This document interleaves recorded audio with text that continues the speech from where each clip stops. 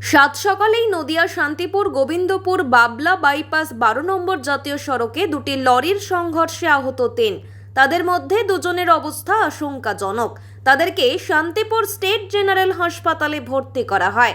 প্রত্যক্ষদর্শীদের বক্তব্য অনুযায়ী আনুমানিক ভোর 4:30 নাগাদ একটি পাথর বোঝাই লরির ড্রাইভার রাস্তার পাশে লরি দাঁড় করিয়ে একটি চায়ের দোকানে চা খাচ্ছিলেন।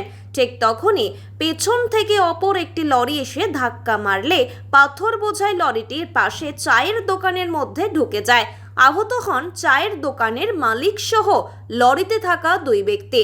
আহতদের হাসপাতালে নিয়ে গেলে দোকান মালিককে প্রাথমিক চিকিৎসার পর ছেড়ে দেওয়া হয়। ঘটনাস্থলে উপস্থিত হয় শান্তিপুর থানার পুলিশ। ভোর থেকে 4টে নাগাদ একটা গাড়ি রোডে দাঁড়িয়েছিল, একদম সাইডে দাঁড়িয়েছিল।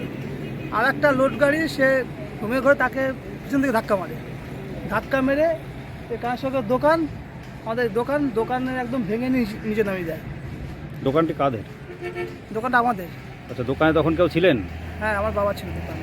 তিনি আহত হয়েছেন? হ্যাঁ, মাথায় লেগেছে, বুকে লেগেছে, পায়ে লেগেছে। এখন কেমন আছেন? এখন সাধারণ চিকিৎসা ছেড়ে দিয়েছে, রিপোর্ট করতে হবে। মাথায় চোট লেগেছে, বুকে চোট লেগেছে।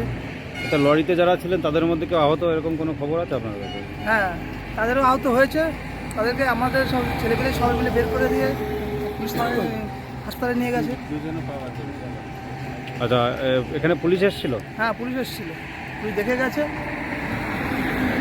আহত ব্যক্তিদের নিয়েও গেছে। আচ্ছা, আপনার নাম? আমার নাম কাঞ্চন সরকার।